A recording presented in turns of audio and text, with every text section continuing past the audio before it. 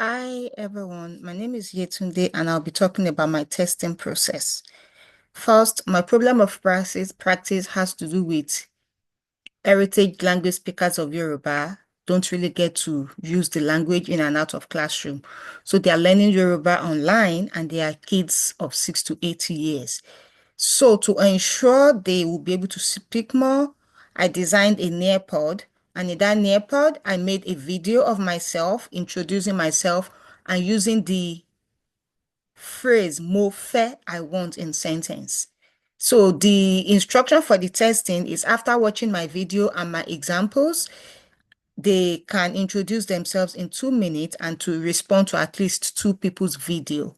So I sent this to 5 of my friends, and when I checked their responses, it was not really responded to. Meanwhile, I asked them when I didn't see any response. So the first thing is now to like asking them what went wrong.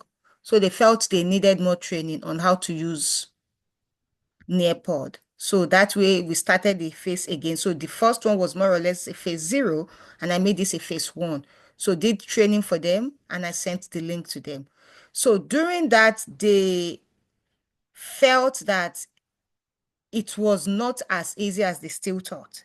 So one of the things I gathered from one of them before phase 2, which was more interview, was they would prefer Slack instead of Nearpod. And instead of even responding at all, they had to just send me responses via writing. And this one is what one of them eventually even did in class when I had the phase 2 of the interview. And I asked them if they are comfortable talking in class. So they felt like, yes, they are comfortable and they might need more of support using the Nearpod.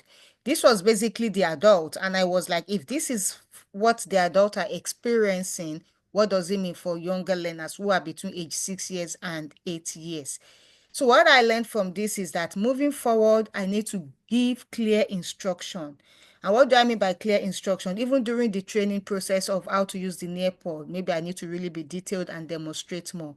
And what I also learned from that is also like one activity at a time, because in the Nearpod, I'd asked them to introduce themselves and also asked them to use Mofe in sentences. So that feels like a lot. So the first one can just be introduce yourself and other people should respond to you and you should respond to others.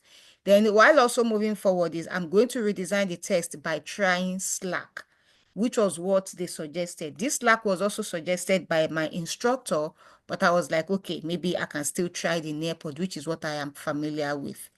Thank you.